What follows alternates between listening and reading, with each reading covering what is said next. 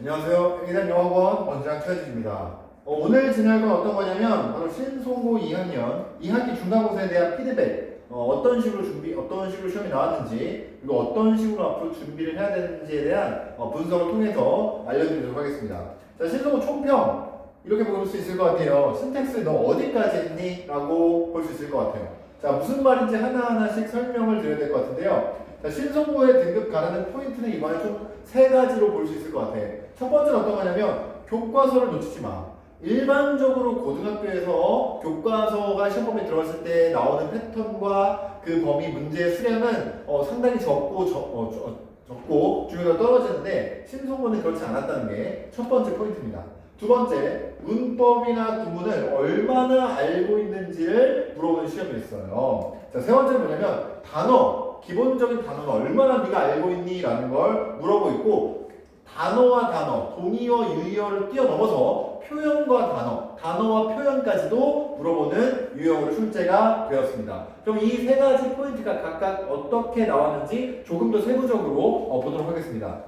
첫 번째, 교과서를 놓치지 말라고 했는데요. 교과서 일반적으로 다른 고등학교들 보면은 한 두 문제에서 한 세 문제 정도 출제되는데, 우리 신송고 같은 경우는 총 5문제가 출제되었고요. 그리고 거기에서도 어법 변형 포인트가 들어갔기 때문에 교과서에 있는 내용이 실제로 교과서 문제는 우리가 점수를 주는 문제다라고 생각할 수 있지만, 신송고는 그렇지 않았다는 거지. 그래서 교과서에 대한 분석, 공부를 생각보다 더 꼼꼼히 해야 된다는 게 일단 첫 번째 포인트입니다. 두 번째 뭐냐면 문법 구문을 얼마나 알고 있냐를 물어봤는데, 자, 이번에 어떤 게 있었냐면요, 일반적으로 문장이 쭉 나오는데 문장을 변형시켜서 이런 문법을 들어가게끔 바꿔놓은 문법 포인트도 있었고요. 그리고 and C라고 나온 거를 스키밍이라고 해서 분사구문과 단어까지 바꿔서 출제하는 어법, 분사구문 문제도 있었습니다. 또한 원래 없던 건데 추가시켜놓고 얘 원래 있었던 건데 생략된 거야, 근데 다시 원래 살려놨어 라는 그런 많이 나오는 패턴의 관계대명사 부활 문제까지 있었어요.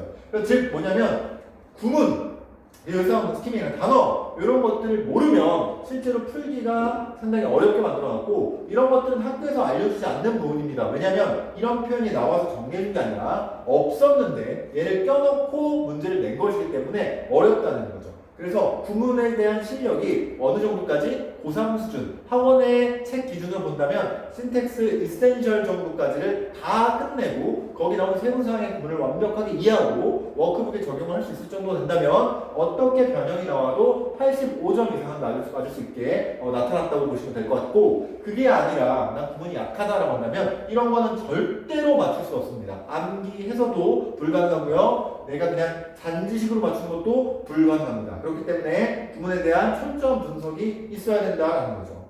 마지막으로 어떤 거냐면요, 단어는 얼마나 알고 있는지를 물어본 거야. 자, 단어 실제 본문, 모의고사 본문, 부교재 본문, 교과서 본문에서는 incompetence, undermine, master라는 단어가 나왔는데요. 얘를 incapability, impair, proficient로 바꿔서 출제했습니다. 자, 이러한 동의어, 유의어를 모른다면 우리가 틀릴 수도 있겠죠. 하지만 이런 문제 패턴은 다른 학교도 다 나오는 패턴이기 때문에 기본적으로 단어를 많이 암기해야 되는 건 맞아. 그런데 조금 더 다른 건 뭐냐면 이런 식의 able to see, 이런 볼 수 있는 이란 걸 convince도 확신시키다 라고 바꿔서 낼 수도 있고요. 자, priceless와 invaluable 헷갈리죠? 자, priceless, 가치가 있는 걸까요? 없는 걸까요? 가치 있는 겁니다. 가격을 매길 수 없는 이라는 뜻이고요. invaluable, 가치 있는 애 인이 붙었네? 가치를 매길 수 없는 이라는 뜻으로 같은 뜻입니다. 그러니까 이러한 단순한 뜻의 비교가 아니라 봤을 때 헷갈릴 만한 문제가 또 나오고요.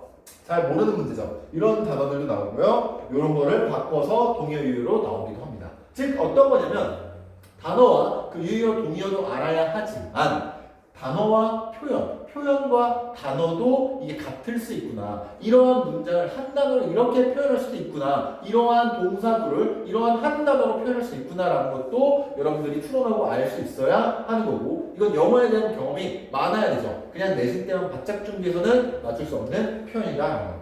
결론은 뭐냐면요, 기본적인 단어를 많이 암기해서 어떻게 바뀌는지 일단 잡을 수 있어야 되고요. 또한 구문 공부를 정말 꼼꼼히 해줘야 되는데 적당한 수준이 아니라 신텍스 이센셜을 마스터할 정도까지는 공부를 해줘야 어떤 식의 변형의 어법이 나오더라도 잡을 수가 있다는 겁니다. 본문방 공부에서는 한계점이 분명한 시험이었다라는 거예요.